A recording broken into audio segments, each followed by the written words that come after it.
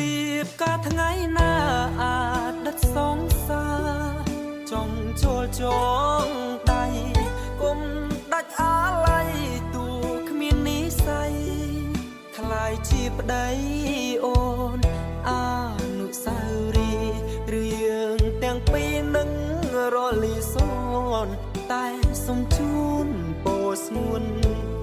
រុងយើងធ្លាប់ស្រឡាញ់គ្នាអ្នកក្រចិត្តស្មោះ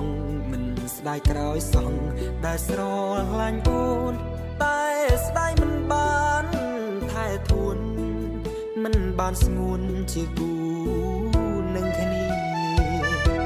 តែបើថ្ងៃក្រោយគេធ្វើបាបអូនអើ